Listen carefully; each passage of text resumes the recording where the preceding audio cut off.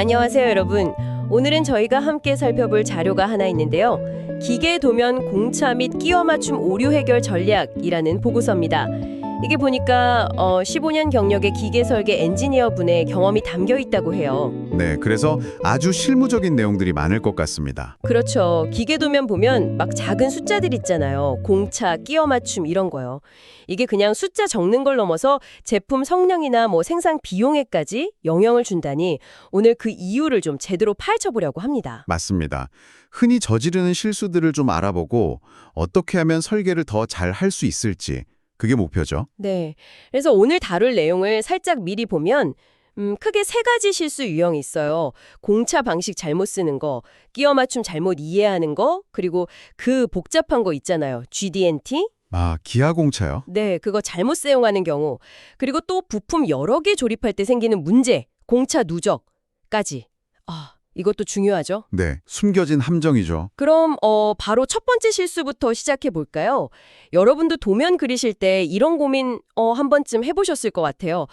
여기다 플러스 마이너스 0.1 대칭 공차를 넣어야 하나? 아니면 플러스 0.10 이렇게 한쪽으로만 주는 공차를 넣어야 하나?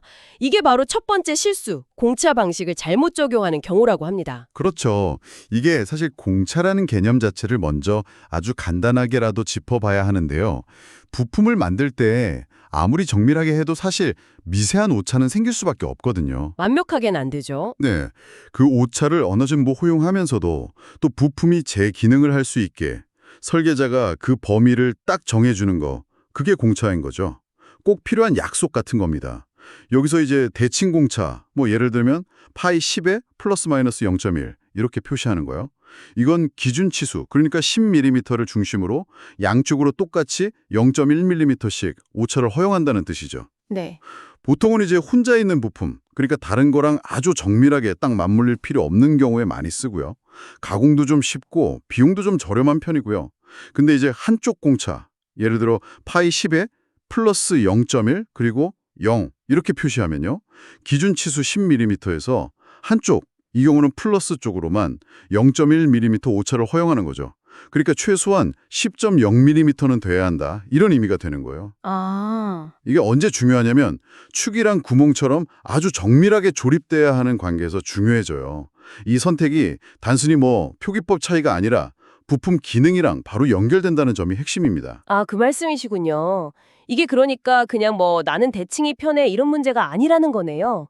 예를 들어서 구멍 같은 경우 축이 이렇게 쏙 들어가야 되잖아요. 그렇죠. 근데 구멍이 기준 치수보다 작아지면 이거 큰일 나죠. 안 들어가니까. 맞아요. 조립이 안 되죠. 그래서 구멍은 최소 크기를 딱 보장하는 게 중요하고 그러려면 기준 치수보다 커지는 쪽, 그러니까 플러스 방향, 한쪽 공차, ISO 규격 H7 이런 걸 써야만 그 최소 크기를 확실하게 보장할 수 있다. 이런 얘기네요. 정확합니다. 대칭 공차, 그러니까 플러스 마이너스를 쓰면 기준보다 작아질 수도 있는 거니까요. 네, 그게 바로 기능적인 원칙이죠. 그럼 반대로 축은 어떨까요? 축은 구멍에 들어가야 하니까 기준보다 커지면 또 간섭이 생기잖아요. 그렇죠. 이번엔 너무 빡빡해지겠네요. 네, 그래서 축은 반대로 최대 크기를 제한해야 하니까 기준보다 작아지는 쪽, 즉 마이너스 방향, 한쪽 공차, ISO H6 같은 걸 주로 사용하게 됩니다. 이게 그냥 다들 그러니까 이게 아니라 KS나 ISO 같은 표준 규격에 다 명시되어 있는 이유 있는 원칙인 거예요. 그럼 만약에 이 원칙을 잘 모르고 구멍인데 그냥 대칭 공차를 썼다. 그럼 구체적으로 어떤 문제가 생길 수 있나요? 실제 그런 사례들이 있는데요. 예를 들어 구멍을 파이 10에 플러스 마이너스 0.1 이렇게 대칭 공차로 설계한 거예요. 그럼 이게 최소 9.9mm까지 작아질 수 있다는 거잖아요. 네.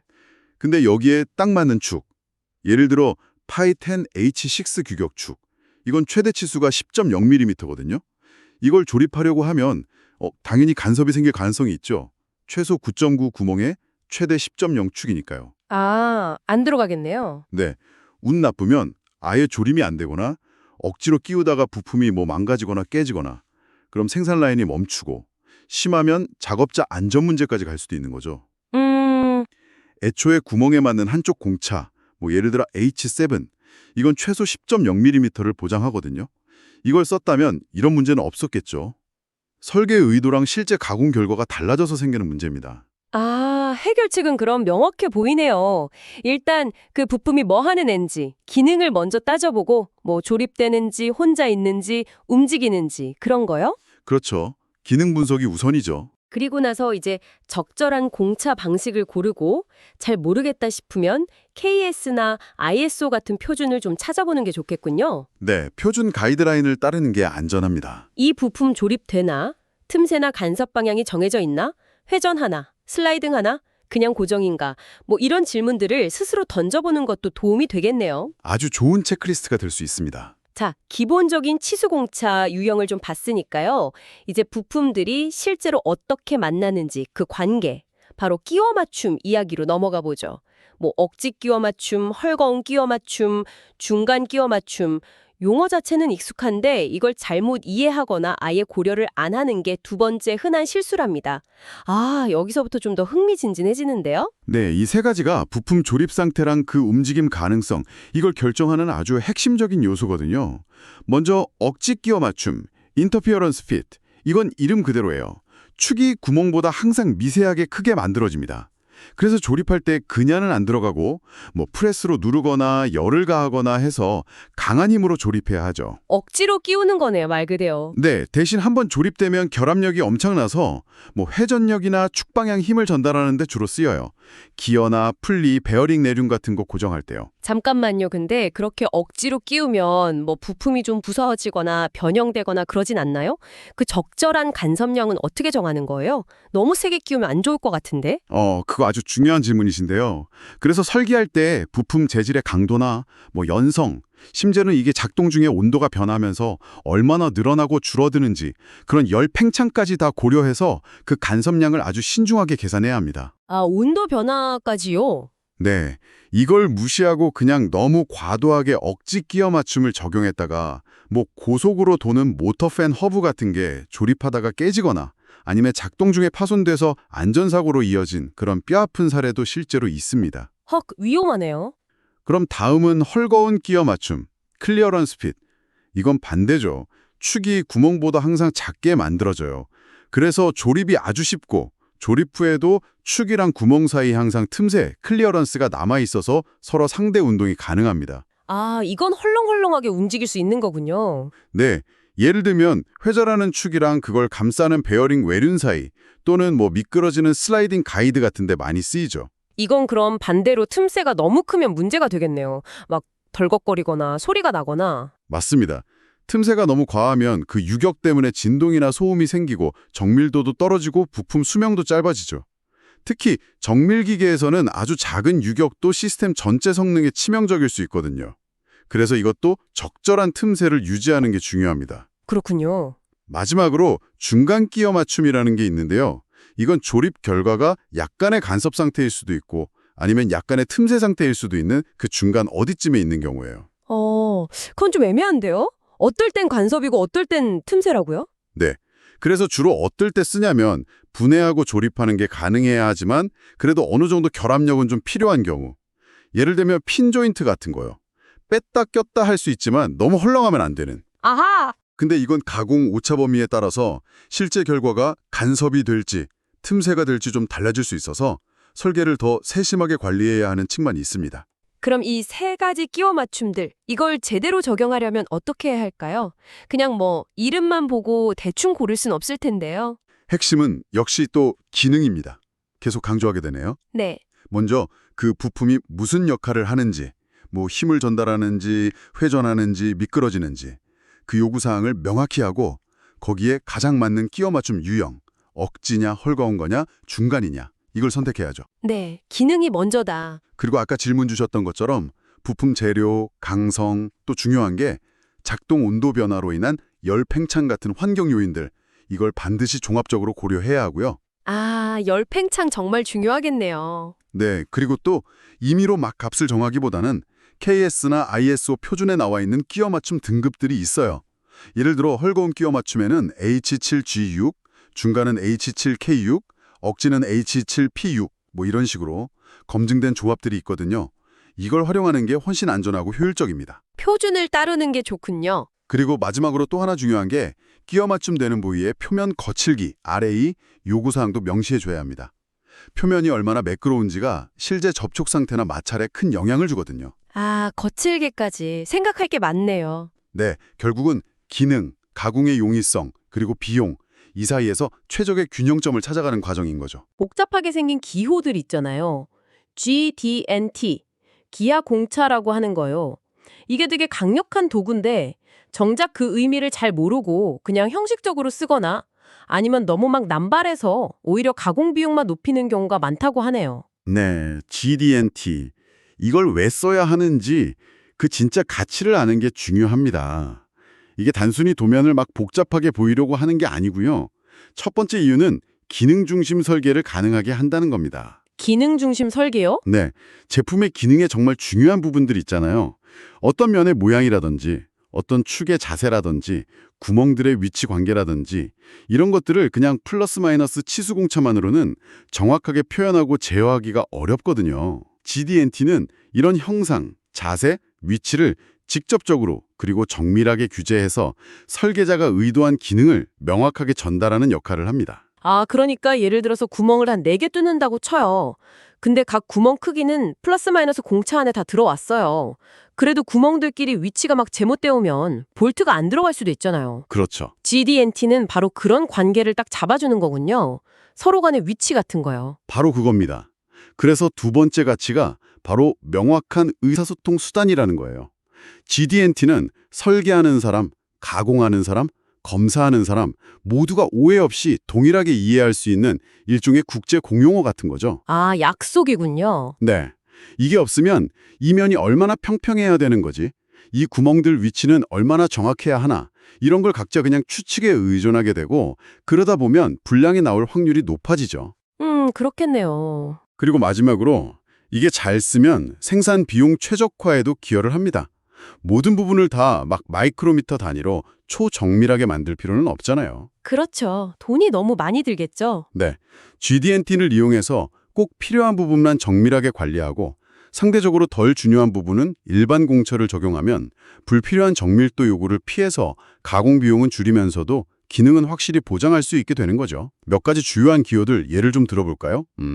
평면도라는 기호가 있어요.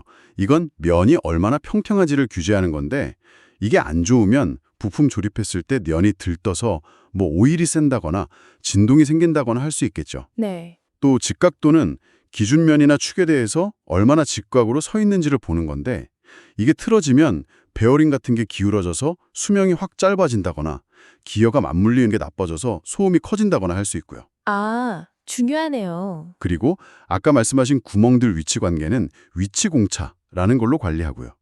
특히 구멍 여러 개를 동시에 조립해야 할 때는 이게 필수적이죠. 이게 틀어지면 볼트가 아예 안 들어가니까요. 그렇죠. 근데 이 모든 GD&T를 적용할 때 가장 기본이 되고 중요한 게 바로 데이텀입니다. 데이텀이라는 게 뭐냐면 이 기압 공차들을 특정하기 위한 기준이 되는 면이나 축, 점 같은 거거든요. 기능적으로 가장 중요하고 의미 있는 기준을 정확하게 설정하는 게 GD&T 적용의 첫 단추이자 가장 중요하다고 할 수 있습니다. 아, 기준점 설정이군요. 네. 데이텀 설정이 잘못되면 그 뒤에 따라오는 모든 GD&T 기호들이 다 의미가 없어지거나 엉뚱한 결과를 낳을 수 있어요. 그럼 이 GD&T를 효과적으로 또 효율적으로 쓰려면 어떻게 해야 할까요? 그냥 막 많이 넣는다고 좋은 건 절대 아닐 텐데요. 맞습니다. 핵심은 선택과 집중이에요. 첫째, 부품이 다른 부품이랑 어떻게 조립되는지, 기능적으로 어떤 부분이 정말 중요한지, 어떻게 작동하는지 이런 걸 잘 따져서 꼭 필요한 곳에만 꼭 필요한 종류의 GD&T만 선정해서 적용해야 합니다. 불필요한 GD&T는 그냥 비용 상승의 주범일 뿐이에요. 꼭 필요한 곳에만. 둘째, 아까 강조했던 것처럼 GD&T를 적용하기 전에 기능적으로 가장 의미 있는 데이텀을 명확하고 일관성 있게 설정해야 합니다. 이게 제일 중요하고요. 네. 셋째는 단순히 도면에 기호를 그리는 것에서 그치지 않고 내가 적용한 이 공차가 실제 현장에서 어떻게 해석되고 또 어떻게 측정되고 검사되는지 그 과정까지 이해하려고 노력하는 게 중요합니다. 이론이랑 실제 현장 사이의 간극을 줄여야 GD&T의 실효성이 높아지거든요. 아, 검사 방법까지 고려해야 하는군요. 그렇죠. 어떻게 검증할 건지도 생각해야죠. 좋습니다. 지금까지는 개별 부품에 대한 공차나 GD&T 문제를 주로 봤는데 이제 이걸 다 조립했을 때 어셈블리 상태에서 발생하는 숨겨진 함정에 대해 이야기해 볼 시간입니다. 바로 공차 누적 문제랑 또 환경 변수의 영향인데요. 각 부품은 다 공차 안에 들어왔는데도 모아놓으면 문제가 생긴다니 이게 대체 무슨 말인가요? 혹시 레고 블록 같은 거 쌓아보신 적 있어요? 네, 그럼요. 각 레고 블록이 사실 아주 완벽하게 똑같은 크기는 아니잖아요. 미세하게 조금 크거나 작을 수 있죠. 이게 각 부품의 공차라고 생각하시면 돼요. 아, 네. 근데 이걸 여러 개, 수십 개를 쭉 쌓다 보면 그 각각의 아주 작은 오차들이 점점 더해져서 전체 높이가 내가 예상했던 거랑 꽤 많이 달라질 수 있잖아요. 아, 그렇죠. 위로 갈수록 오차가 계속 쌓이니까. 네, 바로 그게 공차 누적 현상입니다. 여러 부품이 조립될 때 각 부품이 가진 허용 오차들이 말 그대로 쌓이고 쌓여서 최종 조립된 상태에서의 전체 치수라든지 아니면 특정 부품들 사이의 간격 같은 것들의 오차가 예상보다 훨씬 커지는 현상을 말하는 거죠. 그럼 이 누적되는 오차를 설계 단계에서 어떻게 예측하고 관리해야 하나요? 그냥 각 부품 공차만 잘 주면 되는 게 아니었네요? 네, 그래서 별도의 분석이 필요합니다. 주로 두 가지 분석 방법을 많이 쓰는데요. 하나는 최악 조건 분석, Worst Case Analysis입니다. 이건 말 그대로 조립되는 모든 부품의 공차가 각각 가장 불리한 쪽으로 최대로 쌓이는 경우를 가정해서 계산하는 거예요. 정말 최악의 시나리오네요. 네, 이렇게 계산하면 최종 결과가 이 범위를 절대 벗어나지 않을 거라는 확신을 가질 수 있으니까 안전이나 신뢰성이 아주 중요한 경우에는 이 방법을 씁니다. 근데 단점은 모든 부품에 대해서 굉장히 엄격한 공차를 요구하게 될 가능성이 높아서 생산 비용이 크게 올라갈 수 있다는 거죠. 너무 보수적일 수도 있겠군요. 그렇죠.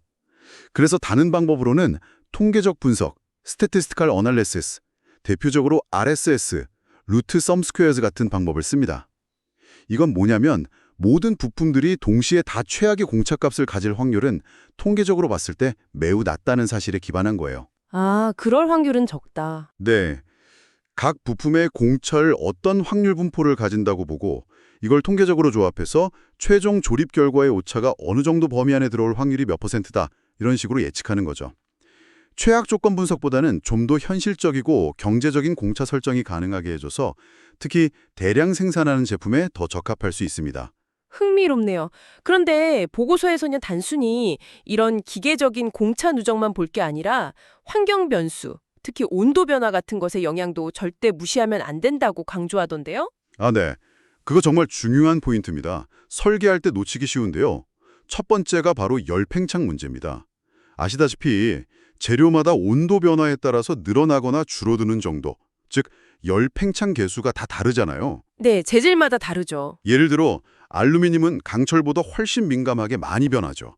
근데 만약 서로 다른 재질의 부품들이 정밀하게 끼워 맞춤되어 있는데 이게 작동하는 환경의 온도가 설계를 했던 상온이랑 크게 달라진다면 어떻게 될까요? 아, 초기 설계 시 개선했던 끼워 맞춤 상태, 즉 간섭량이 줄어들거나 틈새가 아예 없어져 버릴 수도 있고 반대로 틈새가 너무 커져 버릴 수도 있는 거죠.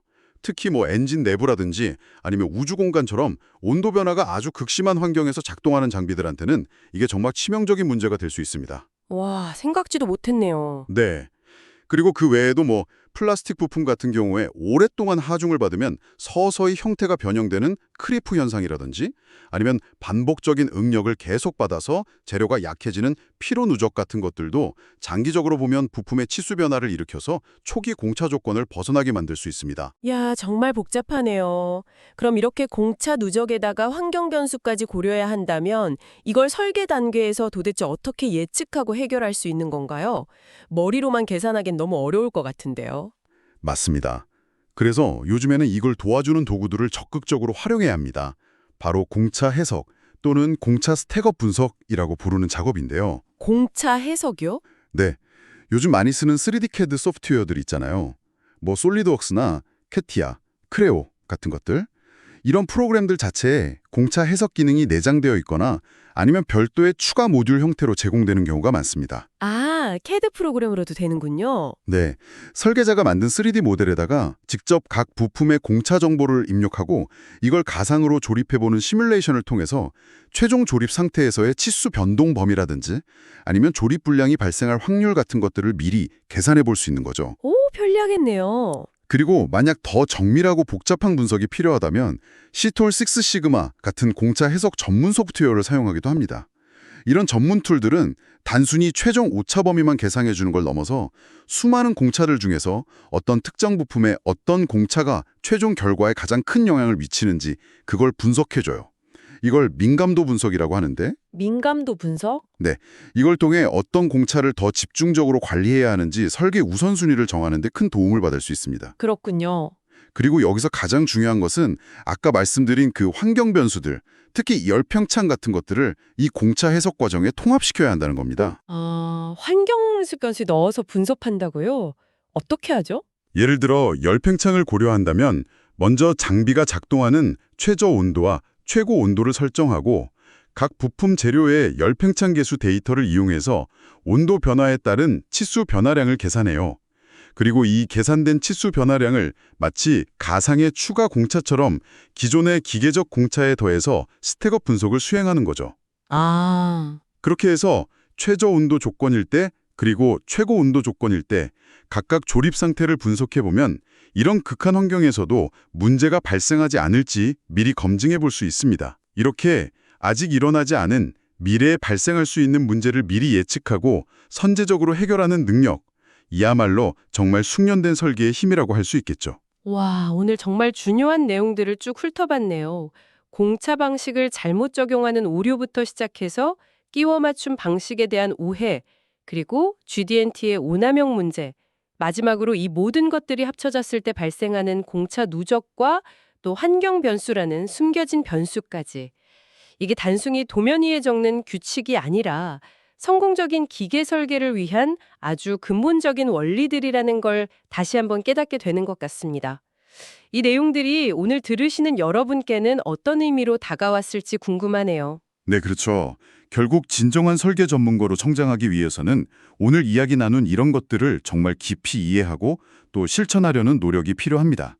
항상 기능을 최우선으로 생각하는 자세, 그리고 검증된 표준 KSN, ISO를 존중하고 활용하는 것, 또 설계 의도를 명확하게 전달하기 위해 GD&T를 제대로 이해하고 올바르게 사용하는 능력, 네. 이 위해서 공차 해석 도구들을 적극적으로 활용하는 것, 이런 것들이 그냥 단순히 도면을 잘 그리는 기술자를 넘어서서 제품의 품질과 생산성, 나아가서는 회사의 핵심 가치까지 책임지는 진정한 의미의 엔지니어로 성장하는 길이 아닐까 생각합니다. 네, 정말 가슴에 와닿는 말씀입니다.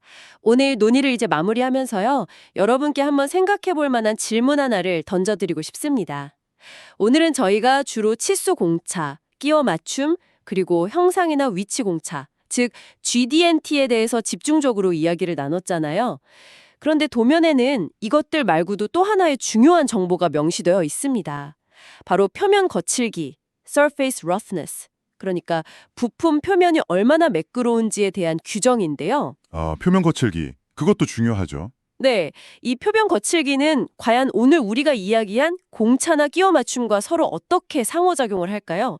특히 진동이 심한 환경이라든지 아니면 윤활 조건이 좀 까다로운 그런 동적인 환경에서는 표면 상태가 훨씬 더 중요할 수 있거든요. 오늘 저희가 살펴본 자료에서는 이 부분을 명시적으로 깊게 다루지는 않았지만 부품의 마모나 피로 수명 같은 장기적인 성능을 보장하기 위해서는 이 표면 거칠기까지 함께 고려하는 것이 어쩌면 중요한 다음 단계가 될 수도 있지 않을까 싶습니다. 다음번 설계 과제를 하실 때 한번 이 관계에 대해서 생각해 보시면 어떨까 하는 제안을 드려봅니다. 오늘 저희와 함께 이렇게 깊이 있는 탐구에 동참해 주셔서 정말 감사합니다.